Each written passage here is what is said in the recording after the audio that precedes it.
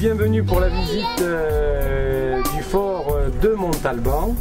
Alors, est-ce que vous savez pourquoi on l'appelle le fort de Montalban? Oui, je vous ai entendu samedi dernier à la Alors bon, donc si vous l'avez entendu, pour les autres, ceux qui n'ont pas entendu.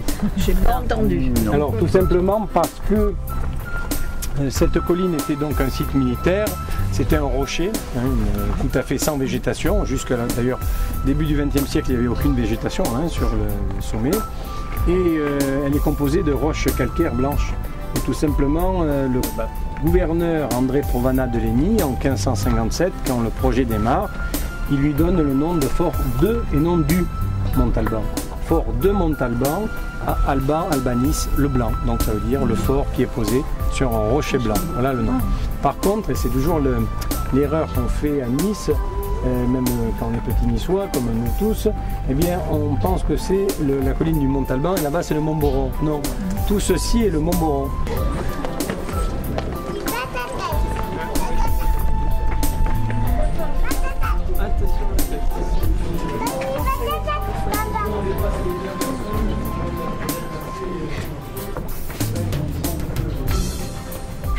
Pour commencer cette visite, là nous sommes dans la salle de garnison. En fait, vous aviez au sol la salle d'armes et au-dessus le dortoir des soldats, pas des officiers, des soldats.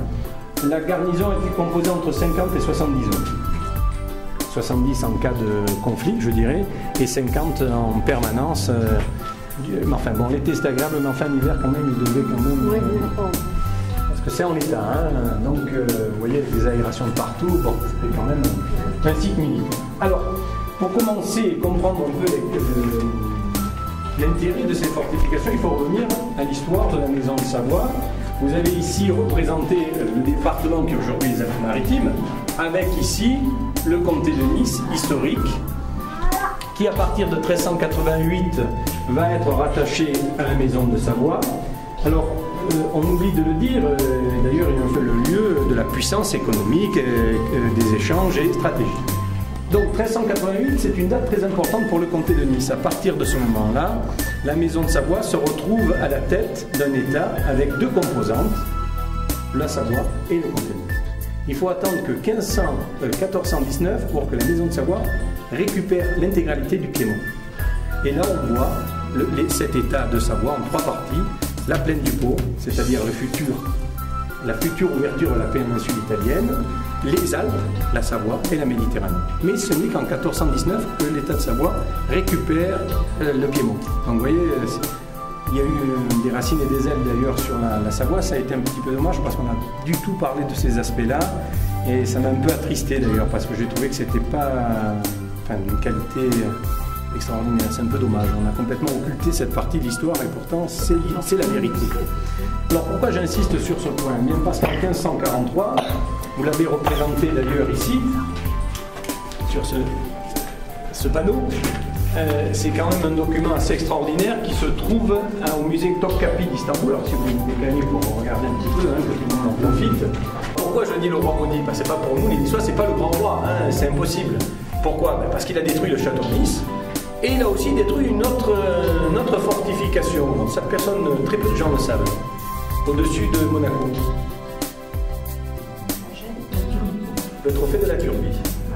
Le trophée de la Turbie a été détruit par Louis XIV parce qu'au Moyen-Âge, ce trophée a été transformé en tour moyenâgeuse. Et un prince qui ne voyait pas de très bon oeil d'avoir une tour de la maison de Savoie qui le surveille, a demandé à Louis XIV de le sagater. Voilà. Donc ce Louis XIV n'est vraiment pas très aimé des Niçois. Vous voyez comme quoi l'histoire de France et l'histoire de Nice, des fois il peut y avoir quelques éléments qui nous différencient. Ça ne veut pas dire qu'on n'aime pas la France, je n'ai pas dit ça, attention. Nous allons continuer la visite. C'est bon, vous pouvez faire.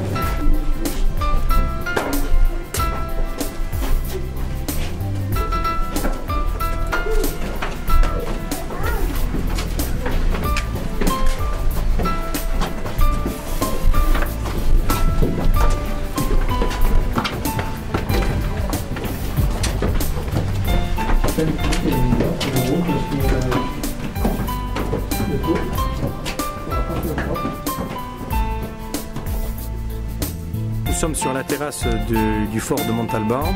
Ce fort a été construit entre 1557 et 1560 par l'architecte militaire Domenico Ponchiello sur un projet d'un architecte auprès de Charles Quint qui se nommait Olgiati.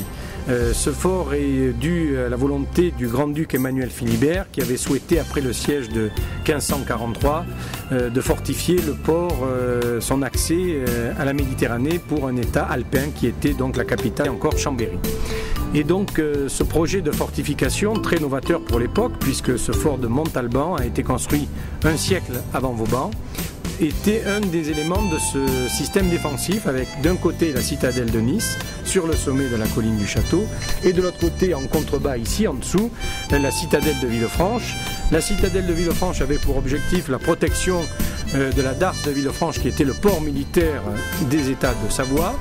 Et la citadelle de Nice est bien protéger le port économique et surtout la route, l'accès aux États de Savoie. Donc Nice était à cette époque vraiment un lieu stratégique militaire très important pour le duc Emmanuel Philibert.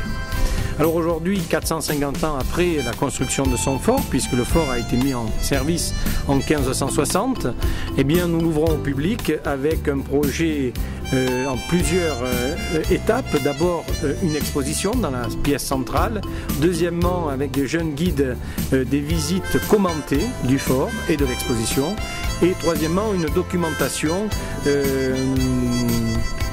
un petit triptyque, un petit document qui permet bien justement d'avoir un élément à la fois pour les scolaires et pour le grand public pour comprendre l'histoire du fort.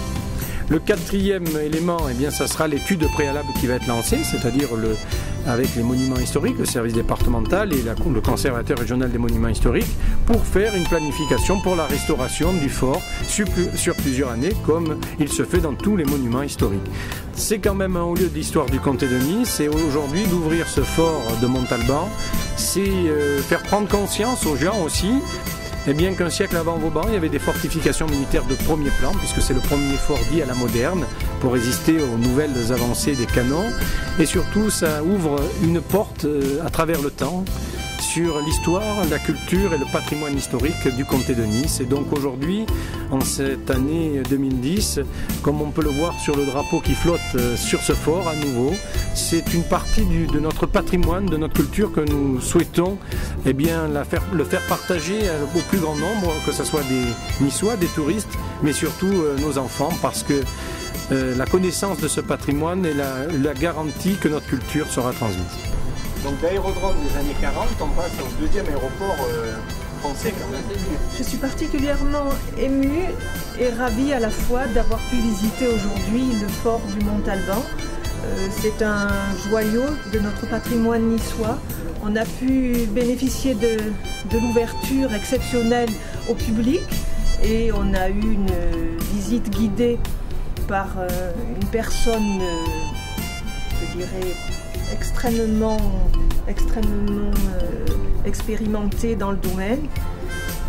Monsieur Jean-Marc Giaume nous a apporté vraiment tous les détails avec une passion et on a pu revivre notre histoire et enfin connaître certains détails que l'on ignorait évidemment de notre histoire, comment Louis XIV a détruit une partie de notre patrimoine en détruisant ce château et comment tous les architectes de l'époque ont pu essayer de le dissuader de détruire ce fort qui est vraiment quelque chose de magnifique.